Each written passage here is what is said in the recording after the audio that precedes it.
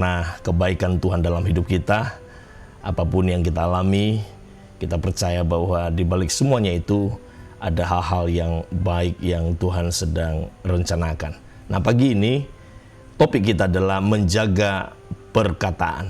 Nah, langsung saja kita akan membaca firman Tuhan yang melandaskan renungan kita pada pagi hari ini yang terambil dari kitab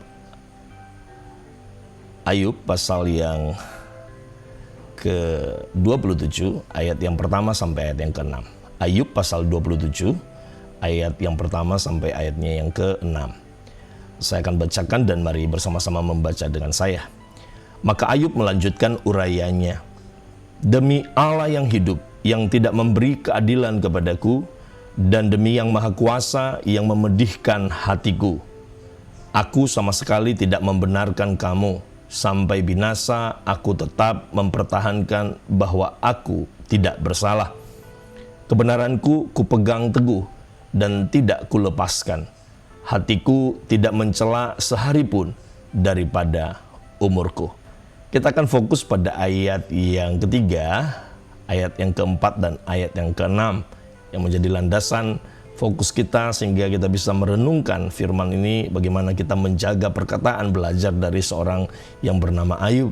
Sekali lagi kita baca saudara, selama nafasku masih ada padaku dan roh Allah masih ada di dalam lubang hidungku, maka bibirku sungguh-sungguh tidak akan mengucapkan kecurangan dan lidahku tidak akan melahirkan tipu daya. Kebenaranku kupegang teguh dan tidak kulepaskan. Hatiku tidak mencela sehari pun daripada umurku. Bapak, Ibu, saudara-saudari yang saya kasihi, menjaga perkataan bukanlah perkara mudah, ya. Bukan satu keadaan yang gampang, saudara. Ya, bagaimana kita bisa menjaga setiap apa yang hendak kita ucapkan, dan tentu saja seperti apa yang saya sampaikan beberapa waktu lalu, yang memang merupakan apa yang ada di dalam pikiran dan di dalam hati kita, ya. Dan apa yang ada di dalam pikiran dan hati kita merupakan respon kita atas segala yang terjadi di sekeliling kita. Ya, kalau kita melihat di dalam keadaan Ayub ini, saudara, ya, dia mengungkapkan bahwa dia akan menjaga perkataannya, ya. Nah, saudara, bagaimana dia bisa menjaga perkataannya sementara kenyataan di sekitarnya seharusnya membawa dia untuk sulit menjaga perkataan. Bahkan mungkin mestinya hatinya dipenuhi dengan pikiran-pikiran yang buruk, saudara. Bapak, Ibu, saudara, ada satu ungkapan yang berkata bahwa manusia butuh 2-3 tahun untuk belajar berbicara. Ya, seorang manusia yang baru lahir, saudara, bayi, butuh 2-3 tahun untuk belajar berbicara. Tetapi setidaknya seorang manusia membutuhkan sepanjang umur hidupnya untuk menjaga kata-katanya. Ya, menjaga perkataan dan ucapan ini tentu kita bisa lakukan dengan berbagai cara. Namun persoalannya adalah situasi di sekitar kita, apa yang terjadi di luar diri kita, apa yang kita lihat, apa yang kita rasakan, interaksi-interaksi yang terbangun di sepanjang hidup kita. Ya, tentu masalah, persoalan, pergumulan yang sering terjadi kita alami, acap kali itulah yang akan kita respon, untuk kita pikirkan dan kita renungkan dalam hati kita, sehingga kemudian terucap di dalam kata-kata kita. Nah, pagi hari ini kita mau belajar dari Ayub. Ayub memberikan contoh bagaimana dia bisa menjaga perkataannya, bahkan hatinya sehari pun tidak pernah mencela kebaikan Tuhan. Meski pada kenyataan yang dia hadapi, apa yang terjadi di luar dirinya, ada banyak alasan yang sebenarnya dia wajar untuk tidak perlu menjaga perkataannya. Tidak perlu menjaga perkataannya secara positif, bahkan mungkin dengan naluriah bisa saja dia berkata hal-hal yang negatif, saudara. Ya, Ayub mengalami banyak masalah yang timbul bukan karena ketidaksalehannya, namun semua terjadi karena seperti kita tahu bahwa iblis mencobainya. Saudara-saudari yang saya kasih, firman Tuhan mengatakan Ayub seorang yang saleh dan jujur, ya.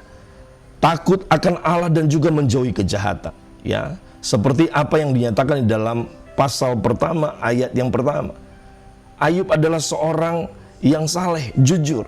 Dia takut akan Allah dan bahkan menjauhi kejahatan. Ya, dengan kata lain, Ayub adalah orang benar di hadapan Allah. Namun apa yang dihadapi Ayub, apa yang dihadapi oleh orang yang benar di hadapan Allah ini, ya kalau kita tilik secara manusia, saudara, sepertinya terjadi sebuah ketidakadilan. Ya. Pertama, Ayub kehilangan 500 pasang lembu dan 500 keledai betina karena dirampas oleh orang Sheba. Ya. Kedua, Ayub kehilangan 7.000 ekor kambing domba beserta para penjaganya karena disambar api dari langit. Situasi alam yang begitu mengerikan, saudara. Ya, yang ketiga, apalagi sudah Ayub kehilangan 3.000 ekor unta, saudara. Para penjaganya juga, penjaga untanya juga karena diserbu oleh orang-orang Kasdim, saudara. Tidak berhenti sampai di situ, saudara. Ayub kehilangan lagi 7 putra dan 3 putrinya sekaligus. Ya, karena rumah tempat putranya yang mereka sedang mengadakan pesta rubuh menimpa mereka. Dan mereka semua tewas, saudara. Perhatikan baik, saudara, bahkan di dalam setiap peristiwa malang yang menimpa Ayub ini, sementara kalau kita baca di dalam teks, saudara, ya, sementara orang melaporkan kepada dia, sementara orang itu berbicara kepadanya, ya, di situ dipakai kata sementara orang itu berbicara, terjadi lagi. Artinya, saudara, keempat masalah yang dihadapi oleh Ayub ini, atau penderitaan yang menimpa diri Ayub ini, terjadi sekaligus di waktu yang bersamaan. Sementara ada yang melapor, ada lagi yang melaporkan. Sampai 4 kali kejadian, saudara. Kehilangan harta benda, bahkan kehilangan anak dan anak-anaknya, saudara. Luar biasa, saudara. Nah, apakah pencobaan dan penderitaan dialami oleh Ayub berhenti dengan 4 kejadian ini? Oh, belum, saudara. Bahkan kalau kita melihat lebih jauh lagi, saudara, Ayub harus menghadapi pencobaan penderitaan yang berikutnya. Bagaimana dia ditimpa oleh bara busuk di sekujur tubuhnya. Ya, kemalangan Ayub belum juga berakhir. Bagaimana istrinya yang seharusnya menjadi tiang penopang, pendukungnya dalam hidupnya, justru mengejeknya dan menyuruh Ayub untuk mengutuki Allah. Ya, tidak berhenti lagi sampai di situ, saudara.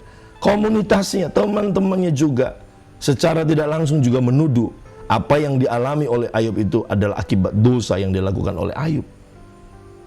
Saudara-saudari yang saya kasih, kalau kita melihat di dalam apa yang dialami oleh Ayub, apa yang terjadi di luar dirinya, yang semestinya secara normal manusia terpikirkan dan direnungkan dalam hati, ya. Tetapi yang kita lihat, Ayub adalah pribadi yang benar di hadapan Allah. Dia tidak merespon semua yang terjadi di sekitar atau di luar dirinya itu dengan hal yang tidak benar. Walaupun Ayub diizinkan Allah masuk dalam masalah demi masalah yang dihadapinya, diizinkan Allah menghadapi pencobaan demi pencobaan, diizinkan Allah mengalami kemalangan demi kemalangan, diizinkan Allah untuk menghadapi kepahitan hidup yang sedemikian rupa, kehilangan anak, putra-putrinya, dan juga sekarang dia kehilangan istrinya yang harusnya menolong dia, tapi justru menyuruh dia untuk menghujat Allah. Namun firman Tuhan mengatakan, ya, Ayub tidak berbuat dosa dengan perkataannya. Ayub tidak berbuat dosa dengan bibirnya. Seperti apa yang dikatakan dalam kesemuanya itu, Ayub tidak berbuat dosa dengan bibirnya. Apa yang terucap di dalam mulut Ayub, yang tentu saja mestinya respon dari apa yang terjadi di sekitarnya yang telah dia pikirkan dan dia renungkan, tidak berbuat dosa. Dalam kesemuanya itu Ayub tidak berbuat dosa. Ya, artinya Ayub menjaga perkataannya tetap benar di hadapan Tuhan. Ayub mestinya bisa saja mengeluh dan protes kepada Tuhan, namun dia tidak lakukan. Amin, saudara.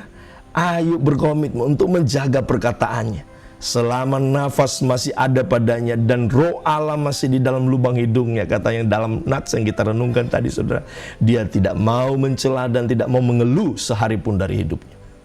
Hal yang luar biasa, saudara. Ayub tidak berbuat dosa. Saudara-saudari yang saya kasih, ketika masalah dan pencobaan datang, sekali lagi Ayub tidak menyalahkan apapun. Dia tidak menyalahkan alam dengan petirnya, Ayub tidak menyalahkan situasi. Ya, mungkin bisa saja dia menyalahkan penjaga harta bendanya, penjaga untanya, penjaga ternak-ternaknya. Berarti mungkin mereka tidak menjaga dengan benar, saudara. Dia tidak menyalahkan teman-temannya, dia tidak menyalahkan istrinya. Tapi terlebih lagi, saudara, bahkan di dalam pasal pertama, saudara, di dalam ayat yang ke-22 di sana dikatakan dalam kesemuanya itu, dalam semua apa yang dialami oleh Ayub, Ayub tidak berbuat dosa dan tidak menuduh Allah berbuat yang kurang patut. Artinya, saudara, Ayub menyadari betul bahwa hidup benar harus dia pertahankan. Seperti apa yang dia katakan dalam ayat tadi, saudara. Ya, kebenaranku kupegang teguh. Ya, seperti apa yang dikatakan di dalam ayat-ayat tadi ini, saudara. Selama nafasku masih ada padaku dan roh Allah masih ada di dalam lubang hidupku, maka bibirku sungguh-sungguh tidak akan mengucapkan kecurangan dan lidahku tidak akan melahirkan tipu daya. Bahkan dia berkata, kebenaranku kupegang teguh dan tidak kulepaskan. Kebenaran bahwa dia takut akan Allah, itu dia tidak lepaskan. Ayub berkomitmen menjaga ucapannya di hadapan Allah. Perkataannya tidak hanya asal ucap, saudara.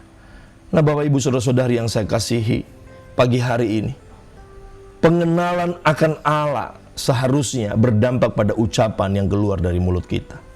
Sekali lagi, dalam beberapa pekan ini saya sering berbicara tentang bagaimana kita harus memiliki relasi dengan Tuhan. Membangun dasar yang teguh di dalam dunia batinia kita, sehingga kehidupan kita benar-benar kokoh. Ya, di dalam dunia batinia lah kita bisa membangun relasi di dalam pengenalan yang intim dengan Allah, melalui merenungkan firman Tuhan, melakukannya di dalam kehidupan kita. Dan pengenalan akan Allah, kualitas pengenalan akan Allah inilah yang akan membawa kita hidup benar di hadapannya, yang akan membawa kita tetap hidup setia di dalam janji-janjinya. Saudara-saudari yang saya kasihi, sebagai anak-anak Tuhan, sudah semestinya kita dijauhkan dari ucapan-ucapan yang penuh dengan perkataan-perkataan yang justru tidak positif. Ada banyak masalah yang mungkin kita hadapi hari-hari ini. Apapun masalah yang engkau hadapi pada hari-hari ini, percayalah, di balik semua masalah itu, Allah selalu punya rencana. Amin, saudara. Belajar dari Ayub. Dia tidak sekali-kali di dalam kesemuanya itu, dia tidak berbuat dosa, saudara. Di dalam kesemuanya itu, dia tidak menuduh Allah berbuat yang kurang patut. Jadi kita juga harus berkata pada pagi hari ini dalam kehidupan kita, di dalam semua masalah yang kuhadapi, mungkin orang berbuat curang kepadaku. Mungkin hari ini ada orang yang mungkin menjahati saudara.